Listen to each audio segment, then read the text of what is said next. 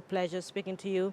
Speaking of violence and chaos in ODM, the ODM disciplinary committee released a shocking decision slapping ODM-nominated Senator Elizabeth Ongoro with a fine of 1 million shillings, while Migori governor has been slapped with a fine of 2 million shillings.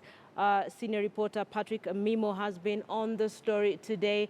Amimo is joining us from our city center studio. Amimo, explain to our viewers where the disciplinary committee is coming from with this. Thank you, Linda. This particular action by the disciplinary committee arises from events that happened in Migori last week, where we saw a rally that had been organized by the ODM deputy party leader Ali Joho when he wanted to open an ODM office in Migori, and we saw at least violence erupt. It was on the 3rd where at least one person, the bodyguard of Joho, was shot at and injured, and several people also, including journalists, were injured in Migori. That's why the ODM's disciplinary committee decided to have these people to come on board and at least explain to it, and that was this week. So with regard to Migori, the party disciplinary committee found the governor guilty. That's why they've slapped a fine of 2 million shillings to him. The governor says that he was remorseful for the action that happened, the violence that happened in Migori town during that last week, and he says he's remorseful. And he also tried to explain to the committee that the reason why maybe he took the action that he's taking is that he has been belittled by some officials of ODM who regard him as a Jubilee mole. So he's looking, at least he says that that particular action, the way some ODM officials refer to him as a Jubilee mole, is not right. That's why he feels that he has to, maybe this when it was brought there without his knowledge, I thought that it's part of the campaign to at least to alienate him from the ODM party.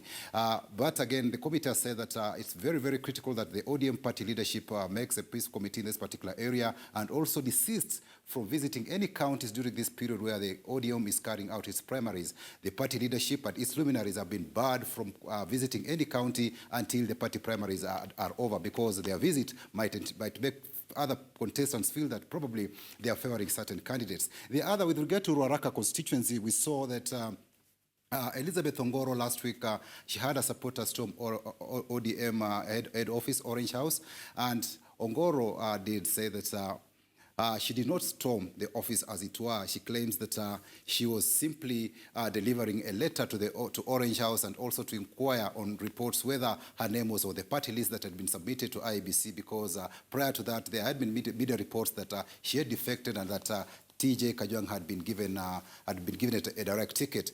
The committee also found that in Ruaraka constituency, there is a very supremacy battle between supporters of Elizabeth Ongoro and the incumbent MP TJ Kajwang. Yet these two members of parliament are unable to rein in their supporters. So they were asked that they rein in their supporters and ensure there is discipline. But for Ongoro, then, she's been told she should not contest in Ruaraka but seek an alternative party. And maybe prior to that, we had at least the deputy party leader Wycliffe Oparanya, together with the chairperson, did make a recommendation. And let's have a look at what they had to say over this. On Mheshimiwa Ongoro's issue, the committee felt that she went overboard. While there was violence in Ruaraka, but she went overboard to come here and storm the Orange House, and in the process, the executive director was injured. And from the findings of the disciplinary committee, we established that there is strong-rooted rivalry between the two. While the two are committed members of the party, it was very difficult to move the sitting member of parliament.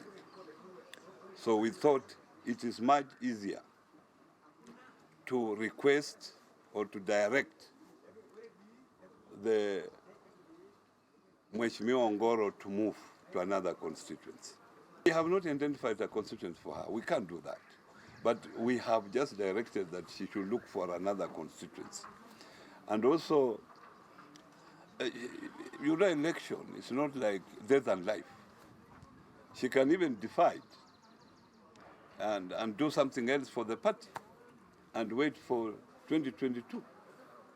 Mrs. Elizabeth Ongoro, again, has been reprimanded with respect to the violence in Ruaraka.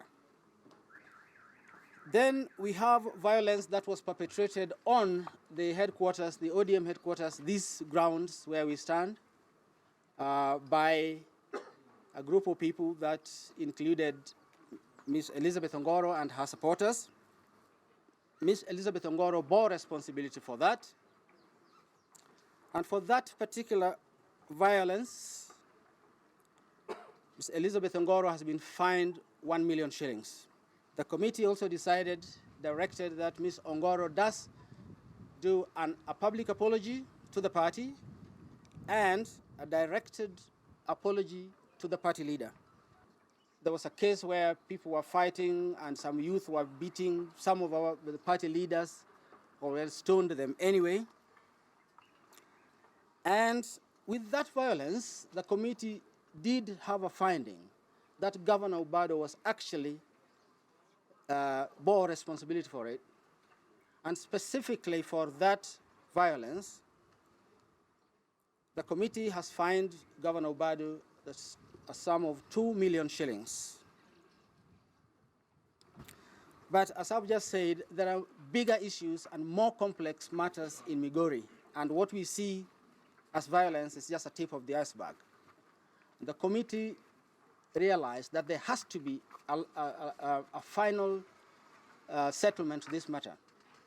And they've found out that there's no way of doing that unless the party leadership, the top party leadership, does take immediate steps to establish a team of elders or peace team of elders in Migori to start work immediately